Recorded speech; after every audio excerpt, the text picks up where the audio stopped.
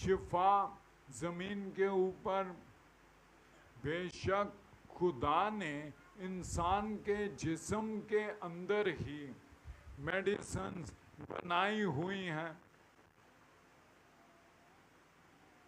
और मिसाल मैं अक्सर देता हूँ, हड्डी कौन सी दवाई से जुड़ती है? किसी भी दवाई से नहीं, जिस्म खुद ही जोड़ता है। डॉक्टर सिर्फ ये करता है, हड्डी टूटी हो तो उसके आमने सामने रख देता है और जिस्म जो है वो उसको जोड़ देता है। तो ये बातें सारी जो हैं, जब तुम्हें बरकत भी मिले ज़मीन वाली, तो वो दीन कौन सा है? वो है फितरी। और जब बरकत जो है वो ज़मीन वाली ना हो तो वो दीन कौन सा है? कुदरत वाला। कुदरत फितरत से बाला है। तुम्हारे गुनाह धोने वाला दीन, तुम्हारे गुनाह साफ कर देने वाला, तुम्हारे दिल के मुर्दा कामों से तुम्हें पाक कर देने वाला यीशु मसीह, तुम्हारे अंदर तुम्हारी नेचर को बदल देने वाला यीशु का लहू, ये वो काम करता है जो इंसानी फितरत से बाला है।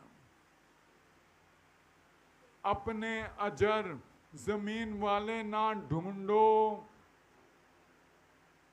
अपने अजर जो तुम्हें चाहिए यीशु ने उसको बता दिया। अपना माल जमीन पर जमा ना करो। इंसानी फितरत में जमा करना कहाँ पे? जमीन पर।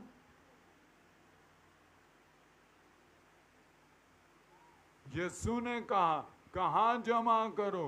आसमान पर।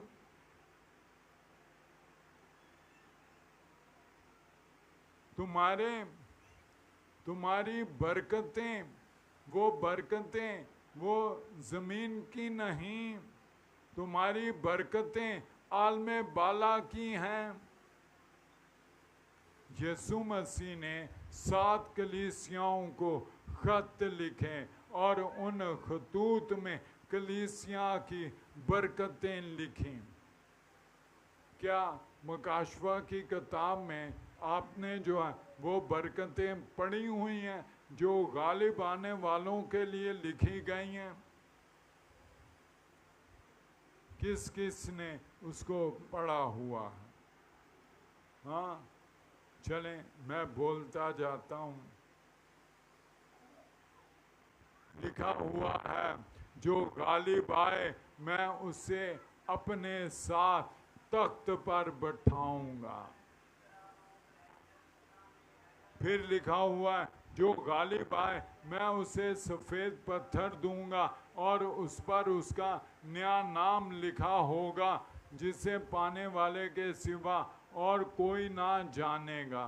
फिर लिखा हुआ है, जो गालिब आए मैं उसे पोशीदा मन में से खाने के लिए दूंगा। फिर लिखा है, मैं उसे जिंदगी के दरख्त से जो खुदा के फिरदौस में है फल खाने के लिए दूंगा। फिर लिखा हुआ है कि जो आखिर तक बर्दाश्त करेगा मैं उसे जिंदगी का ताज दूंगा। फिर लिखा है, जो गालिब आए मैं उसे सुबह का सितारा दूंगा।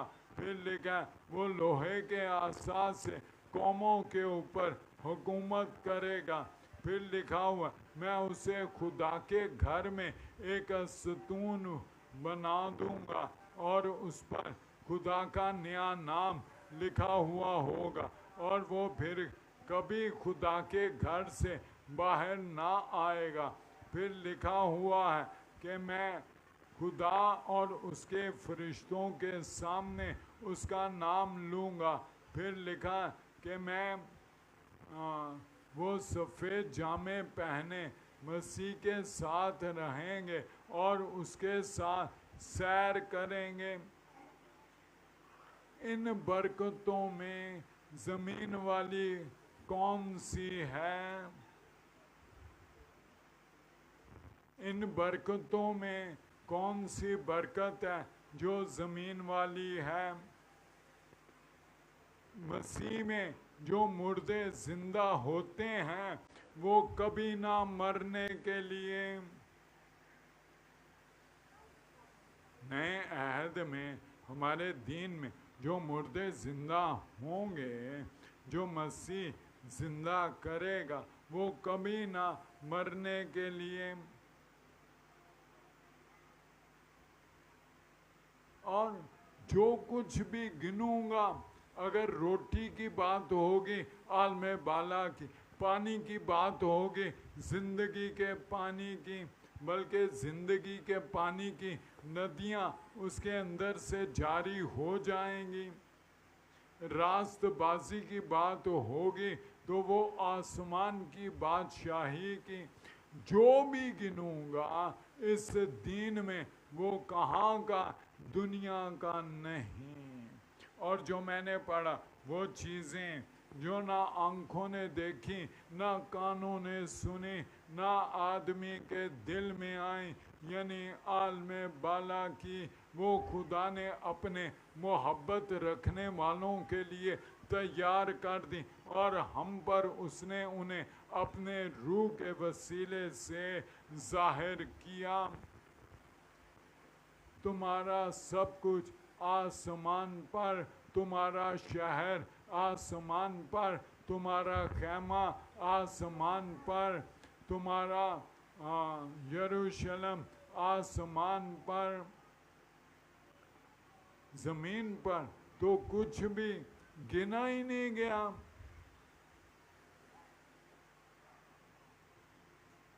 और हम जो बरकतें मांग रहे होते हैं वो सारी की सारी कौन सी मांग रहे होते हैं? जमीन वाली। और यीशु ने तुम्हारे लिए कौन सी रखी हैं? आसमान वाली। और मांग कौन सी रहे होते हैं? जमीन वाली। रोटी दे दे, पानी दे दे, सेहत दे दे, कारोबार दे दे, पैसे दे दे। और मुझे डर लगता है, डर ना लगे, मैं कमज़ोर हूँ, जोर पा जाऊँ। और आलमे बाला की गिनी नहीं। तुम्हारा दीन दीने कुदरत है। तुम्हारा दीन वो फितरत से बाला है। तुम्हारा दीन वो आलमे बाला का है। तुम्हारा दीन वो आसमानी है। इसलिए तुम्हारा रुख, तुम्हारी बातें, तुम्हारी बरकत, तुम्हारा कलाम, तुम्हारी सोच, तुम्हारा ख्याल, तुम्हारी नीयत, सब जो है वो रूहानी हो, ना के जिस्मानी। तुम्हारा अजर रूहानी है, ना के जिस्मानी। जब यीशु ने ये कहा कि हर एक, देख मैं जल्द आने वाला हूँ और हर एक के काम के मुआफिक देने के लिए अजर मेरे पास है, तो वो अजर जो जब आएगा तो वो ज़मीन के ऊपर रोटी पानी का बंदोबस्त नहीं करेगा, वो तो आसमान की बादशाही और उसकी रास्तबाजी वो तुम्हें देगा। इसलिए क्या मांगते हो? अपने दीन को कैसा समझे हो? हाँ, मसीह मसलूब को जानो। किसे जानना है? मसीह मसलूब को। और ये नहीं कि मसीह जब मसलूब हुआ तो वो मुर्दों में से जी नहीं उठा, बल्कि वो मुर्दों में से जी उठा, आलमे बाला पर चढ़ गया और तुम्हें उसने आलमे बाला बख्श दिया है। तुम्हें आलमे बाला मिला, तुम्हें आलमे बाला की बरकतें मिले, तुम्हें आलमे बाला का नूर मिला, तुम्हें आलमे बाला की जिंदगी मिली, तुम्हें आलमे बाला का जलाल मिला, तुम्हें आलमे बाला की विरासत मिली।